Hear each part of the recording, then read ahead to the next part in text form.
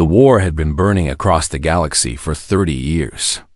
Two massive empires fought each other with a hatred that consumed entire star systems.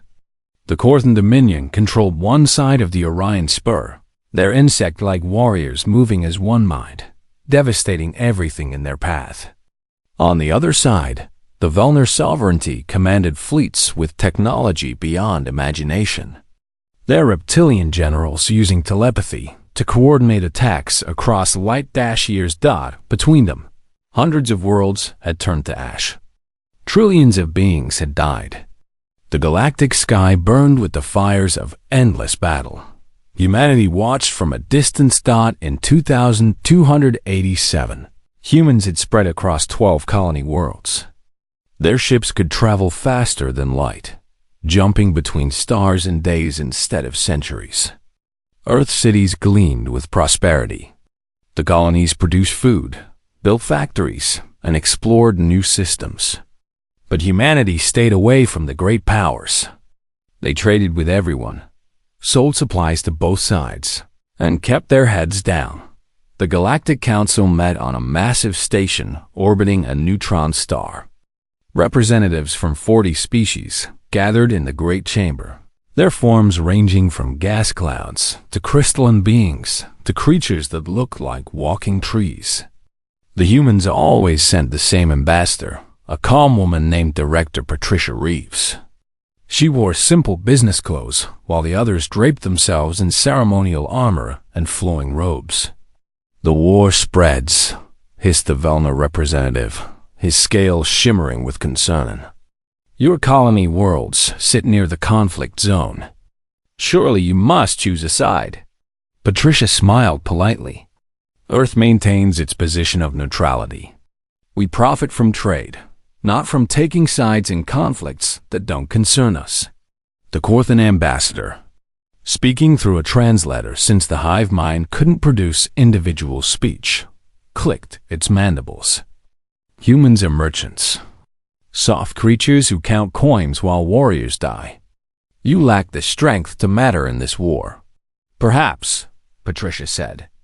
"But we also lack the desire to see our people die in battles that began before we reached the stars."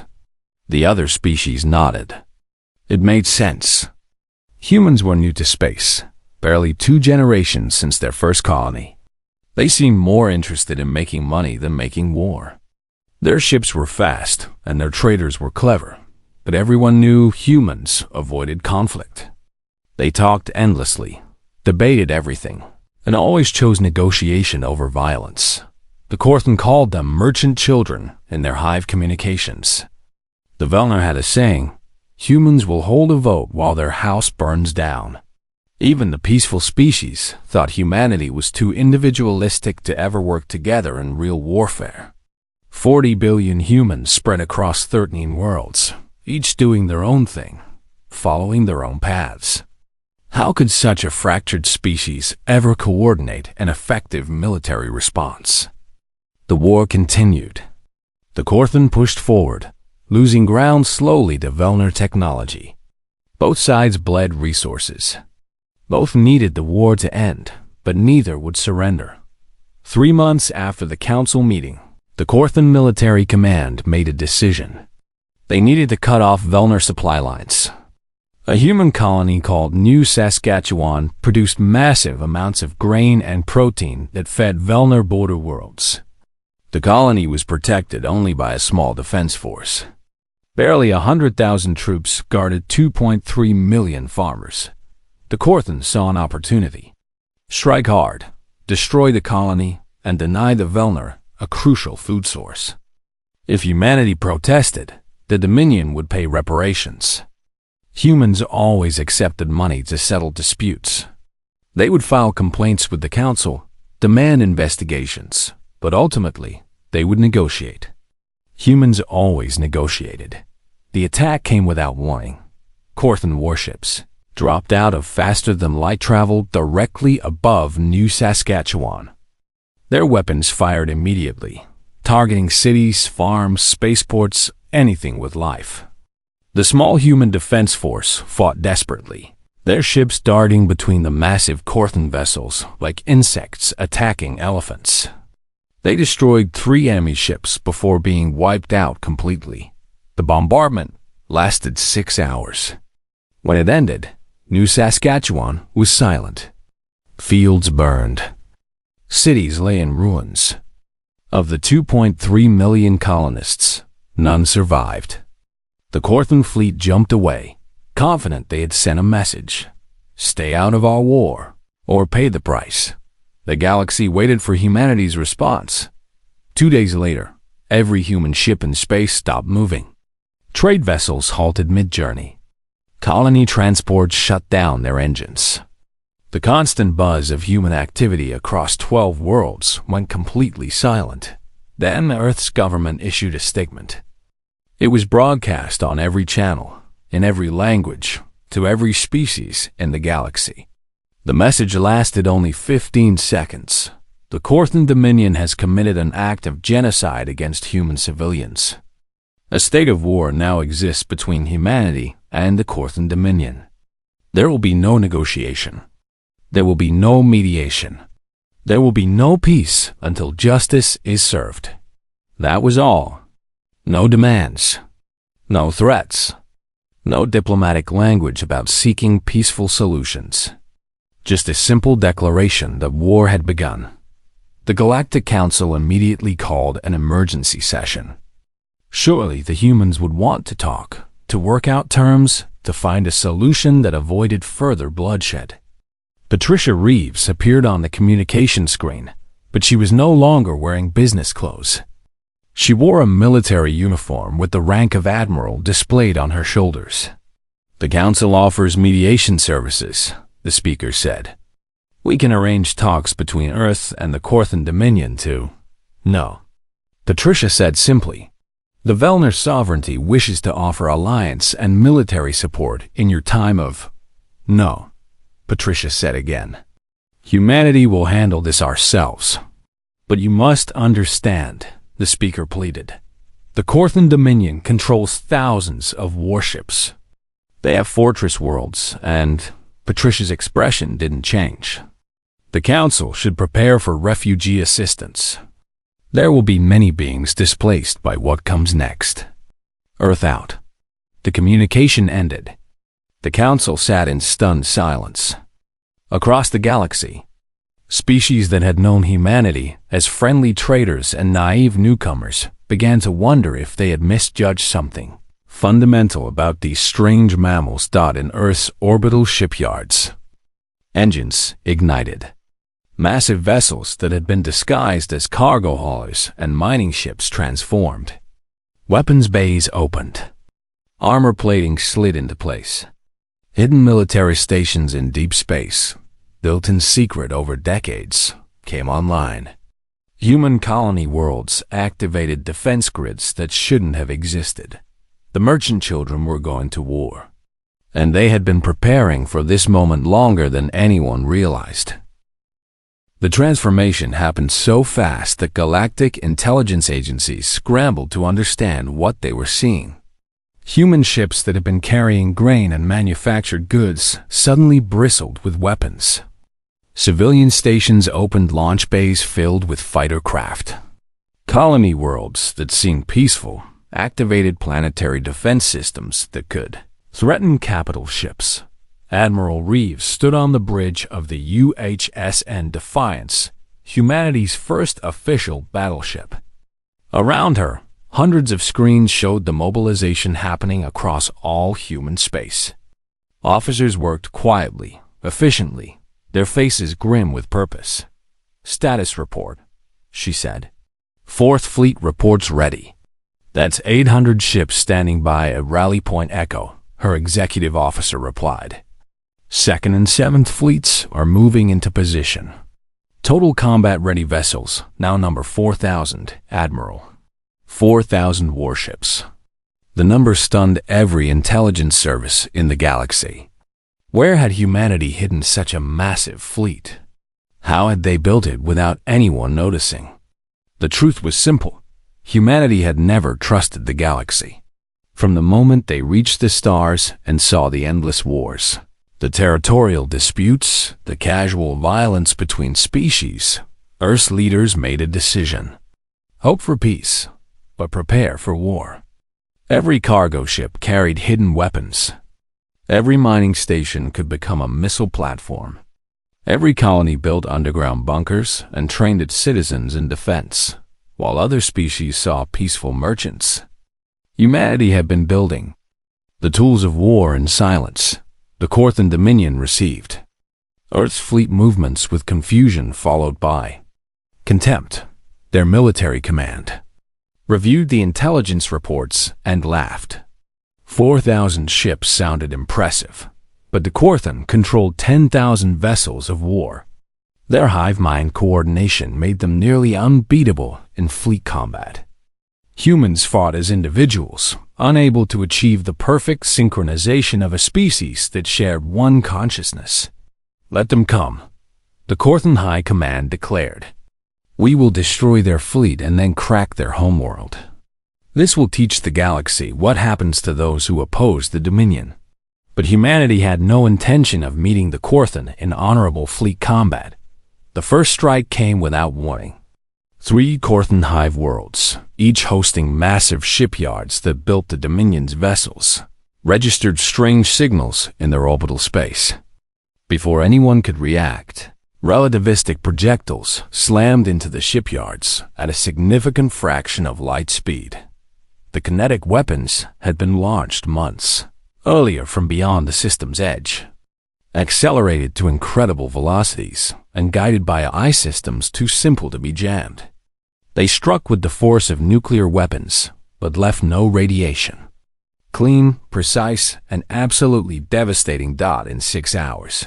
40% of Korthan ship production capacity ceased to exist. Tens of thousands of workers died. Dozens of ships under construction became expanding clouds of debris. The attack broke every rule of galactic warfare. You didn't strike civilian shipyards. You didn't use weapons of mass destruction. You challenged fleets in open space and accepted surrender when offered. Humanity did none of these things. They fight without honor. The Korthan High Command transmitted to the Galactic Council.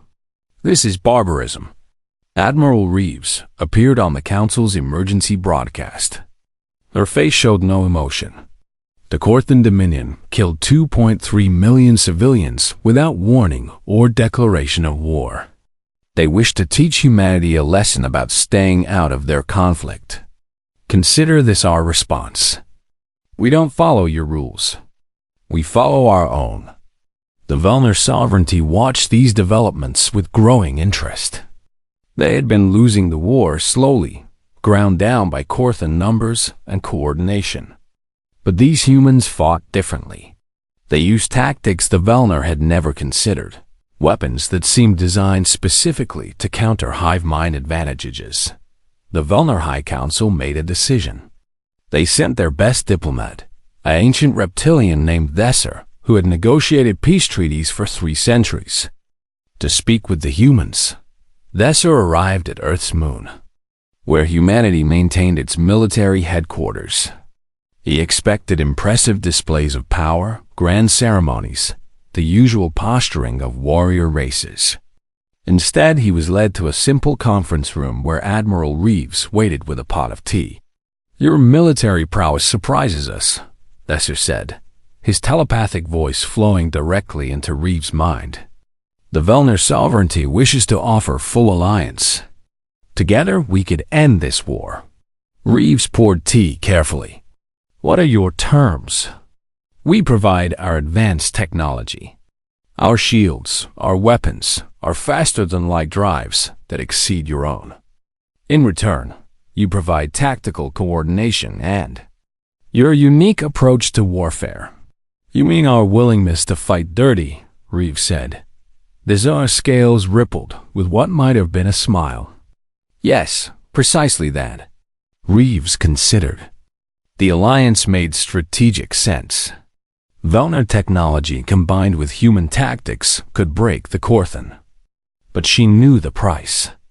Once humanity crossed certain lines, there would be no going back. "We accept," she said finally. On one condition: human forces maintain independent command. We coordinate with you, but we don't take orders from you. Agreed, Thesser said immediately. When can your fleets move? They're already moving? Across the Orion Spur, human fleets began appearing in systems the Korthan had controlled for decades.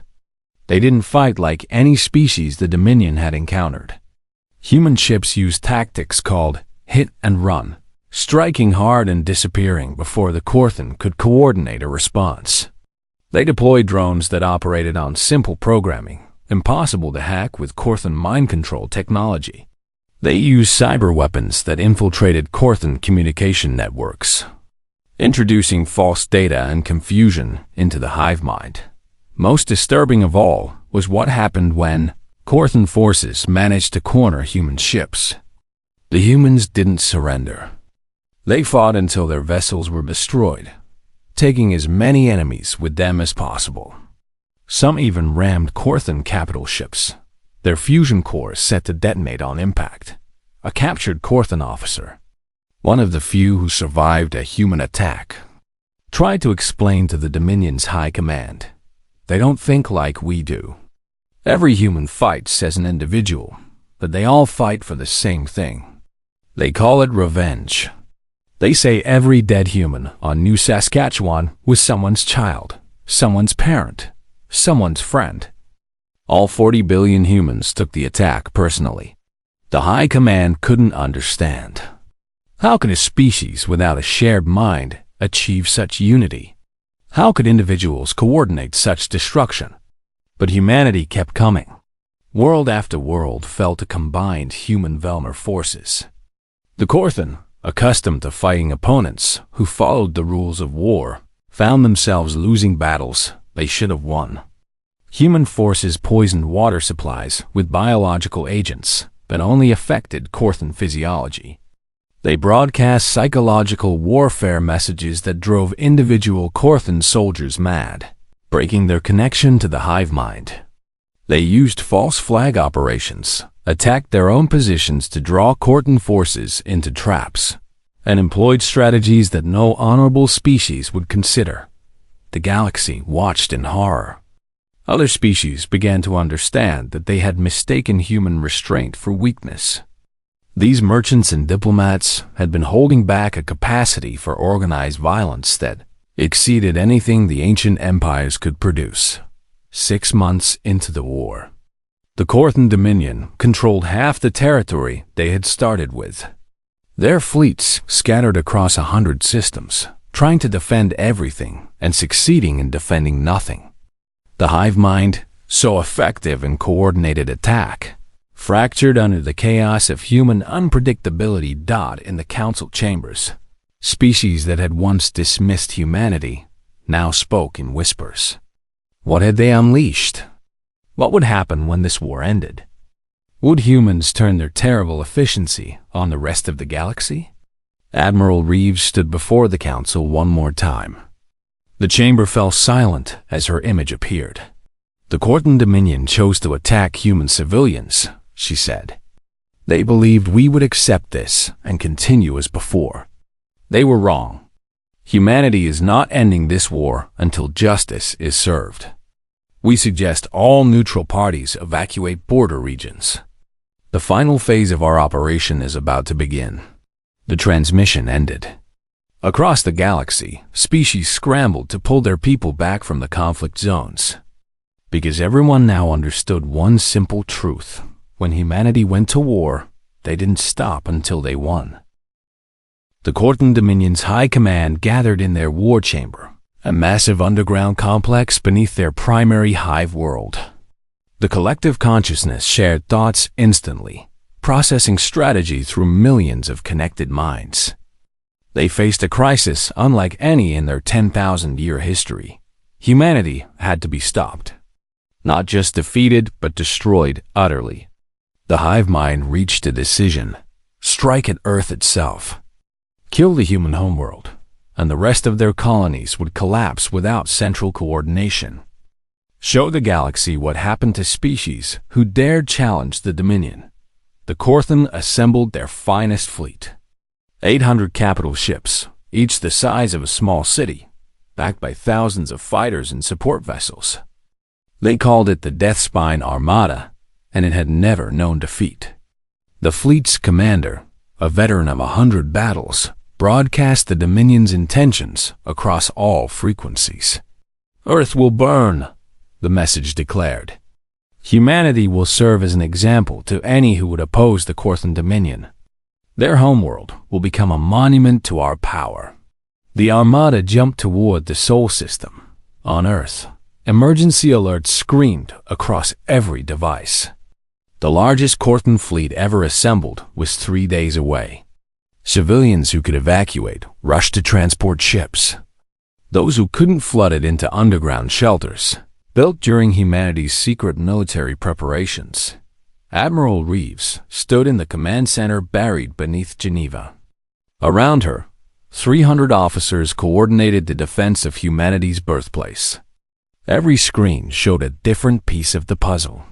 Fleet positions, orbital platforms, civilian evacuation progress, Allied forces moving to assist. The Velner is sending reinforcements, her tactical officer reported. They'll arrive 6 hours after the Korthan. Too late, Reeves said. We hold on our own or we don't hold at all. Admiral, a young officer said, her voice shaking slightly. Intelligence confirms 800 capital ships. We have maybe 200 defending the system. Even with the orbital platforms, the numbers. I know the numbers, Reeves interrupted gently. But the Korthan don't understand one thing about humans. We don't care about the numbers when we're defending our home. The Deathspine Armada dropped out of faster-than-light travel at the edge of the Sol system. Their sensors immediately detected the human fleet waiting near Jupiter. 200 ships, exactly as intelligence predicted.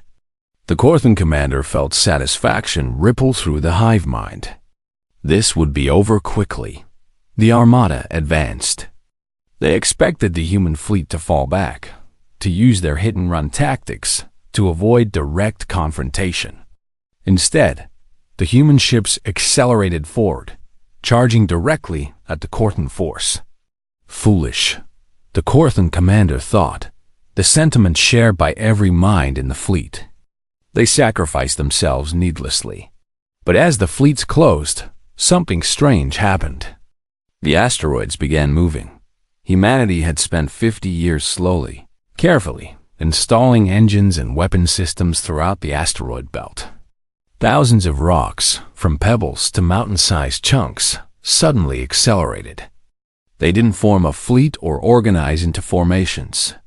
They simply became a cloud of destruction moving through space at incredible velocities. The Korthan fleet's perfect formation shattered as asteroids slammed into their ships. Point defense systems couldn't track thousands of targets simultaneously. Shields designed to stop energy weapons proved useless against solid rock moving at orbital velocities. Ships collided trying to avoid the onslaught. Through the chaos, the human fleet struck. They didn't try to fight fair or match the Korthan in firepower. They targeted damaged ships, finished off vessels struggling with asteroid impacts, and used the confusion to launch boarding parties. Human marines in powered armor crashed through hulls and fought in the corridors of Korthan ships, where the hive mind's coordination meant nothing against individual combat specialists. The battle reached Earth's moon. Luna's surface erupted with weapons fire. Massive railguns, built into the moon's crust over decades, launched projectiles that punched through Korthan armor. The moon itself had become a weapon, and the Korthan fleet flew into its range expecting an easy target. Mars launched its contribution. Swarms of small, fast fighters. Each one carried a single pilot and enough explosives to cripple a capital ship. They flew with a recklessness that defied logic, weaving through enemy fire, seeking any opening to deliver their payload. When a pilot's ship took fatal damage, they set their course for the nearest Korthan vessel and activated their self-destruct sequence. The Korthan commander tried to maintain formation. to use the hive mind's advantage in coordination. But the humans fought in 3 dimensions across millions of kilometers, using tactics that made no sense. They sacrificed ships to save others. They abandoned defensive positions to launch counterattacks. Individual captains made decisions without waiting for orders, adapting faster than the hive mind could process. Admiral Reeves watched from the command center as Earth's orbital platforms entered the battle. Energy weapons lanced up from the planet's surface. Missile batteries fired from hidden silos. Satellites that everyone thought were communication relays revealed themselves as weapon platforms. "Casualty reports," she said quietly. "Heavy, Admiral. We've lost 42 ships. Mars reports 30% of their fighters are gone. Luna's railguns are overheating. Civilian evacuation is 70% complete. And the Corthan? 630 capital ships destroyed or disabled. 158 remain combat effective." The numbers didn't make sense. Humanity was outnumbered 4-1 at the start, but they were winning. The Corthan couldn't understand it. Every tactical simulation predicted their victory. But human unpredictability, human sacrifice, human fury at the invasion of their homeworld created variables no computer could calculate. The Death Spine Armada's commander, facing the destruction of everything under its command, made a final decision. The remaining ships would concentrate their fire on Earth itself. If they couldn't win the battle, they would at least complete their mission and destroy the human homeworld. 158 massive warships turned their weapons toward the blue planet below. That's when the Velner fleet arrived. The SARS flagship led 300 Velner vessels into the system. Their advanced shields and weapons, combined with fresh crews, tipped the balance completely. The Corthan, already battered and disorganized, found themselves caught between human desperation and Velner technology. The battle lasted another 2 hours. When it ended, 12 Corthan ships escaped back to faster-than-light travel. The rest became debris orbiting humanity's sun. Admiral Reeves walked through the prisoner-holding area. Captured Corthan soldiers sat in cells, still confused by their defeat. One of them, an officer who had somehow maintained individual thought after being cut off from the hive mind, looked up as she approached. "Why?" The Corthan asked, its translator struggling with the alien concept of individual speech. "Why do you fight with such hatred? You have no hive mind, no shared consciousness. How do billions of individuals coordinate such destruction?" Reeves crouched down to be at eye level with the prisoner. "You killed our people. 2,300,000 of them. Men, women, children. Every single one of them mattered to someone. Every human who fought today, who died defending the system, did it because they all took your attack personally. That's something you'll never understand with your hive mind. We're not strong because we think as one. We're strong because we choose to fight as one. And that choice makes all the difference." She stood and walked away, leaving the Corthan officer to contemplate the alien idea that individuals making choices could be more powerful than a unified consciousness dot above Earth. Recovery crews worked to repair the damage. Luna's surface was scarred with craters from impacts. Mars had lost nearly all its fighter wings. Orbital platforms drifted as lifeless wreckage. 40,000 humans had died defending their home, but Earth survived. And the galaxy learned that humanity would sacrifice anything, pay any price, to protect what was theirs. In the Galactic Council chambers, representatives watched recordings of the battle in silence. They had witnessed something they didn't think possible. A young species, barely a century in space, had defeated the finest fleet of an ancient empire. And they had done it while defending their homeworld against impossible odds. The question on every being's mind was simple. What happens next? Would humanity stop, content with defending their territory? Or Would they take the war to its conclusion? Admiral Reeves answered that question in her next broadcast. The Korthan came to our home. Now we go to theirs. In the Galactic Council chambers, representatives watched the events unfold in stunned silence. Humanity had the war shifted after the Battle of Luna. Korthan forces, once confident in their superiority, now retreated before human advances. The combined human-Velner coalition moved through the Orion Spur like a wave, liberating worlds that had suffered under Dominion control for generations. But Admiral Reeves knew that simply pushing the Korthan back wouldn't end the war. Their hive mind culture couldn't accept defeat through gradual losses. They would fight forever, bleeding both sides dry.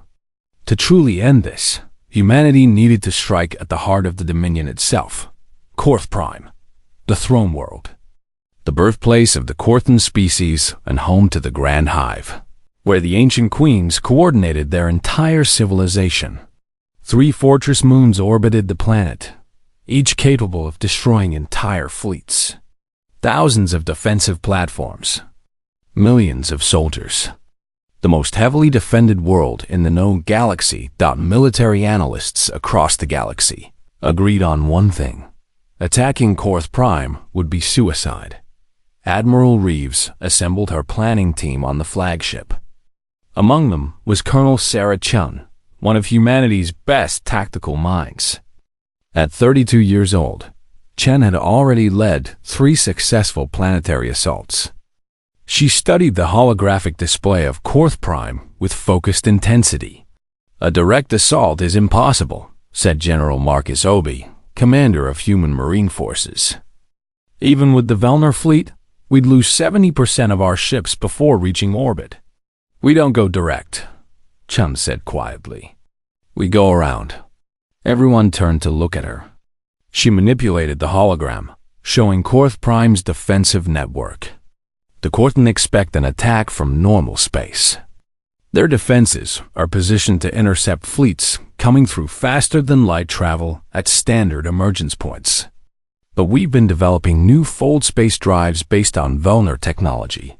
"The experimental drives are untested," Admiral Reeves said. "And they can only move small ships."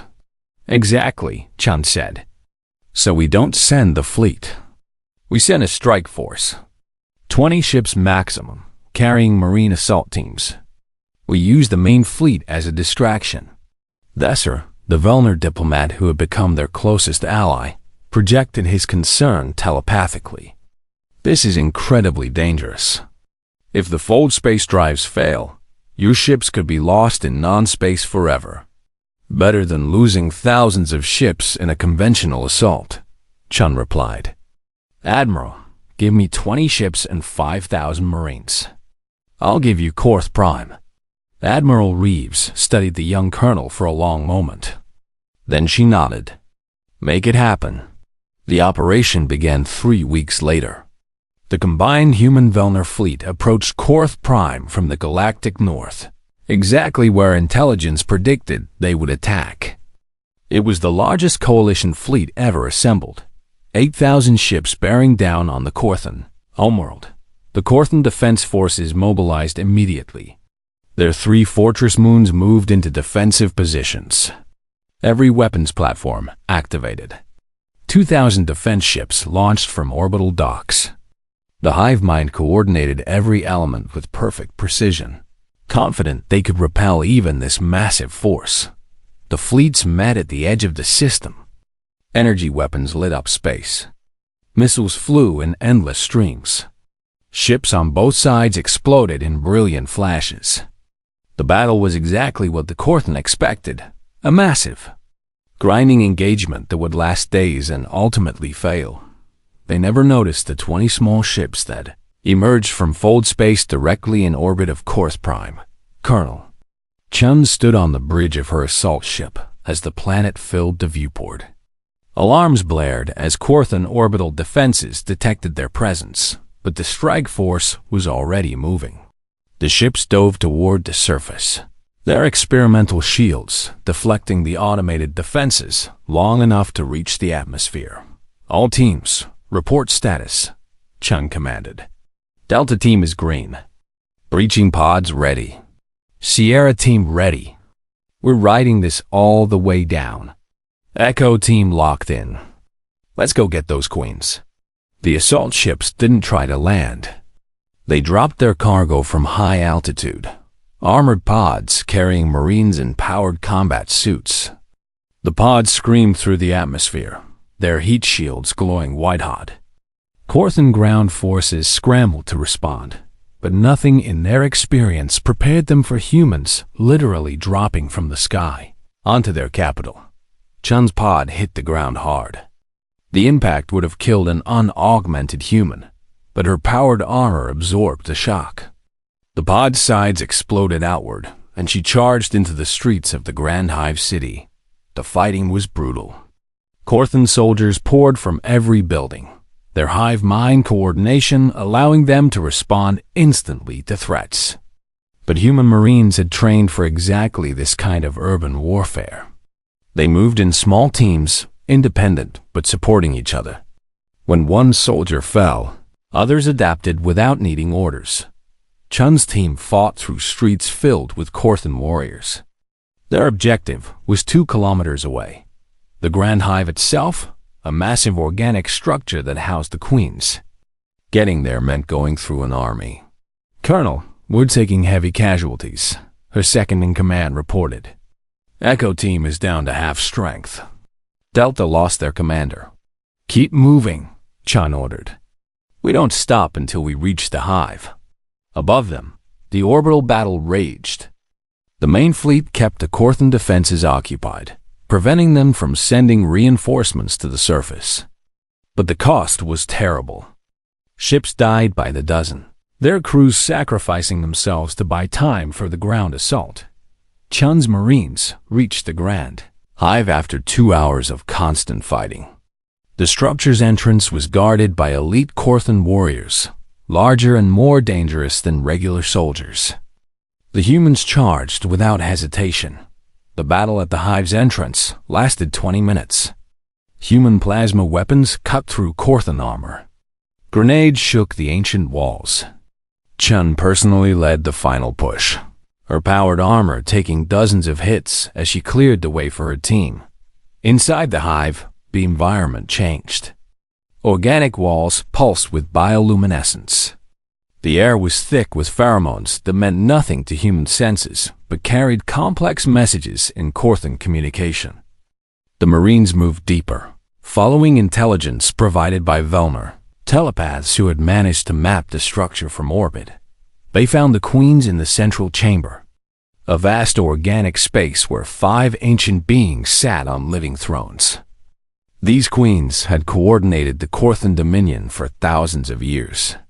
They commanded fleets, controlled billions of soldiers, and had never known fear until Colonel Sarah Chun walked into their throne room. Her armor scorched and dented, her weapon raised. The queens tried to summon guards, but Chun's team had sealed the entrances. They attempted to broadcast orders through the hive mind, but human jamming equipment disrupted their signals. For the first time in their long lives, the queens were alone and helpless. Chun approached slowly. Her helmet retracted, showing her face. She wanted them to see the human who had brought war to their doorstep. "You know why I'm here," she said. Her translator converted the words into pheromone signals the queens could understand. One of the queens, the eldest, managed to respond. "You come to destroy us. To end the Korthan as your kind was nearly ended." Chun stood in silence for a long moment. Her finger rested on her weapon's trigger. Outside, the battle continued. Above, ships died carrying thousands of humans, and Velner, who had trusted her plan. She thought of New Saskatchewan, of 2.3 million dead civilians, of the Korthan commander who had ordered that attack, believing humans were too weak to respond. She could end it now. One order, and her team would eliminate the queens. The hive mind would collapse. The Korthan species would fall into chaos, possibly extinction. "No," Chun said finally. She lowered her weapon. "That's not who we are." She activated her communicator, broadcasting on all Korthan frequencies. "This is Colonel Sarah Chun of the United Human Space Navy. I stand in the Grand Hive with your queens at my mercy. I could end them. I could end all of you. But humanity doesn't wage war on civilians, even when our enemy did exactly that to us." She walked closer to the queens, her footsteps echoing in the vast chamber. "Your queens live because we choose mercy. But understand this, you attacked our civilians, and we brought war to your birthplace. We proved we can reach you anywhere. We proved your hive mind couldn't stop us. And we proved that humans fight harder than you ever imagined." Chun turned to face the communication pickup directly. "The Korthan Dominion will broadcast unconditional surrender within the hour. You will withdraw from all occupied territories. You will pay reparations to every species you've wronged. And you will tell your children what happens when you mistake human restraint for weakness." She gestured to the queens. "Transmit the surrender, now." The eldest queen, comprehending that survival was possible, reached out through the hive mind. Across hundreds of worlds, Korthan commanders received the order simultaneously. The war was over.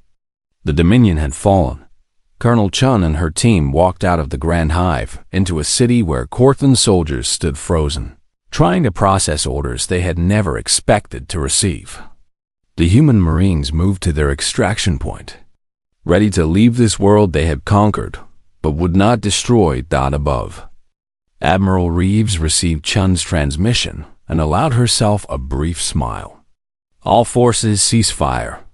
Secure positions and..." The war ended after 80 months of human involvement. What the Korthan and Velner had fought over for 30 years, humanity resolved in less than 2. But the cost was heavy.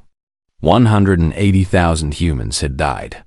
7 colony worlds had suffered damage. Luna would take decades to repair. Mars lost an entire generation of its youth. The Galactic Council convened for the first time since the war's end. The Great Chamber, usually filled with debate and political maneuvering, fell silent as the human delegation entered. They were led by Admiral James Okonkwo, the man who had designed Earth's defense.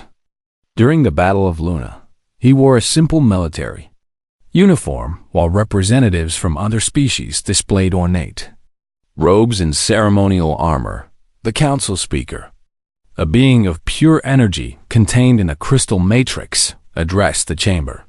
"The council recognizes the human delegation. Admiral Okonkwo, humanity's actions have changed the balance of power in this galaxy. The council must now address your species' place in galactic governance." Okonkwo stood at the central podium. He looked around at the 40 species represented, seeing respect and fear in equal measure on alien faces. "Humanity seeks only what we've always wanted: peace, trade, and the freedom to exist without threat. We didn't want this war, but we fought it because we had no choice. The Council offers humanity a permanent seat among the ruling members," the speaker announced. "You would have equal voice in all galactic decisions and veto power over military actions." The chamber erupted in whispers. A permanent seat was given only to the oldest, most powerful species. Humanity had existed in space for barely a century, but no one could deny they had earned it. "We accept," Okonkwo said simply. "But we have conditions." The speaker's energy flickered with surprise. "Conditions?" "The galaxy needs to change," Okonkwo said. His voice carried through the chamber with quiet authority. "This war happened because there were no consequences for attacking civilians. The Korthan thought they could destroy an entire human colony and face nothing worse than negotiations. That ends now." He activated a holographic display showing his proposals. First, war crimes tribunals. Any military force that deliberately targets civilians will face prosecution by an independent court. Second, civilian protection protocols must be added to all military doctrines. Third, weapons of mass destruction need strict limitations and oversight. The Velna representative Thesser spoke up. These are significant changes to galactic law. Some species may resist. Okonko's expression hardened. Then they should ask themselves if they want to test humanity's willingness to enforce these laws. We've proven we can fight. We'd prefer not to prove it again. The message was clear. Humanity had shown what they were capable of when attacked. No species wanted to discover what they would do to enforce peace. Over the following weeks, the proposals passed through council votes. The galaxy had seen human warfare and wanted no part of it. Every measure humanity suggested was approved, often without debate. The other species understood that opposing these reasonable demands would be foolish when humanity had just demonstrated their military capacity. But the Korthan Dominion presented a challenge. Their empire was dissolved, their queens alive but stripped of power. Billions of Korthan citizens faced an uncertain future. Many in the galaxy wanted punishment. Revenge for decades of Korthan aggression. Humanity surprised everyone again. We're offering the Korthan reconstruction aid, Admiral Reeves announced at a council session. Engineering support, medical supplies, food shipments. We'll help them rebuild. The chamber exploded with protests. The Korthan had killed millions. They had waged war for decades. Why should they receive help from the species they tried to destroy?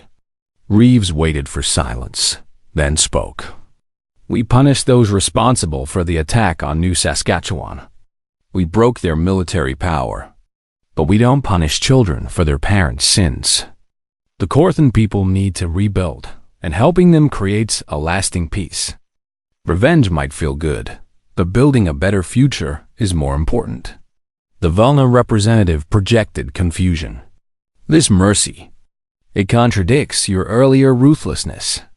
How can you be both so violent and so forgiving? Because we know the difference between war and peace, Reeves said. During war, we fight with everything we have.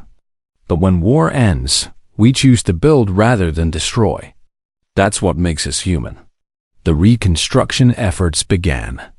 Human engineers worked alongside Korthan workers, rebuilding shipyards as civilian facilities. Medical teams treated Korthan wounded. Teachers helped reorganize their education system, introducing concepts like individual rights and democracy. To a species that had only known hive mind collective consciousness, it was strange and difficult. Korthan culture struggled with human ideas. But slowly, changes took root. Young Korthan began making individual choices, thinking independent thoughts while still maintaining connection to the hive mind. It was a hybrid approach, uniquely Korthan but influenced by human philosophy. Colonel Sarah Chen, promoted to general after her actions on Korth Prime, led the military transition teams. She worked with former Korthan commanders to build a new defense force focused on protection rather than conquest. During one meeting, a Korthan officer asked her a question. Why did you spare the queens? You had won. You could have ended us. Chun considered her answer carefully. Because ending you wouldn't have brought back the people we lost. It wouldn't have made the galaxy safer. Creating peace is harder than making war, but it's more important. We wanted to prove that humans can be merciful, not just dangerous. The Korthan officer processed this. You are strange creatures. You fight like demons, but act like, I don't have the word, like people who want a better galaxy. Chine said as months passed, humanity's influence spread beyond military matters. Human concepts of individual rights, democratic governance, and ethical warfare began appearing in other species' cultures. The rigid hierarchies that had dominated galactic politics for thousands of years started to shift. The Velner maintained their alliance with humanity. Desser became Earth's closest friend in the Council, working together to implement reforms. Their combined influence reshaped galactic law, making it more protective of civilians and more focused on peaceful resolution of conflicts. But not everyone was happy. Some species resented humanity's sudden rise to power. There were protests, political movements opposing human ideas, even a few terrorist attacks against human colonies. Humanity responded with patience and firm justice, never escalating, but never backing down. A year after the war ended, a memorial was dedicated on New Saskatchewan. The colony had been rebuilt, its cities and farms restored. But in the center of the capital, humanity erected a monument to those who had died. The memorial was simple, a black wall with 2.3 million names carved into its surface. At the top, an inscription read, "They thought we would forgive. They thought we would forget. They thought we would avoid their war. They learned that humanity protects its own, mourns its dead, and never forgets injustice. Let this remind the galaxy. We choose peace, but we will not be made victims." General Chun stood at the memorial during the dedication ceremony. Survivors and family members of the dead gathered around her. She spoke to the crowd, her voice carrying through speakers to watching audiences across human space. "We won the war," she said, "but we all lost people we loved. The names on this wall represent more than casualties. They represent children who will never grow up, parents who will never see their families again, dreams that died with them. We fought for them. We bled for them. And we made sure the galaxy knows that human lives matter." She paused, looking at the wall of names. "But we also showed mercy when we could have shown vengeance. We built peace when we could have continued fighting. Because that's who we are. We're not conquerors. We're not an empire. We're humans, and we believe in a galaxy where everyone can live without fear." The memorial became a pilgrimage site. Humans from across the colonies came to remember. But so did others. Velner, Korthan, even members of species who had never met humans visited the wall. They read the names and tried to understand what humanity had proven. Back on Earth, the military headquarters held a review meeting. General Chun, now advising on galactic defense policy, sat with Admiral Reeves and other senior commanders. A young officer asked the question everyone wondered about. "Admiral, should we maintain our military at full strength? The war is over. Some people think we should demobilize, return to peaceful commerce like before." Reeves looked at the young officer with understanding. "I know it seems like we should go back to how things were, but we can't. The galaxy knows what we're capable of now. They know we can fight, and they know we will fight if pushed. That knowledge keeps the peace, so we stay armed?" The officer asked. "We stay ready," Reeves clarified. "We maintain our fleet, train our marines, develop our technology. Not because we want war, but because being prepared prevents war. The galaxy respects strength. They trust us because they know we could destroy them but choose not to. That's a responsibility we have to maintain." Chun added, "Every ship we keep in service, every marine we train, every weapon we develop is a promise. A promise that humanity will defend itself and its allies. But also a promise that we'll use that power wisely. We fought one war,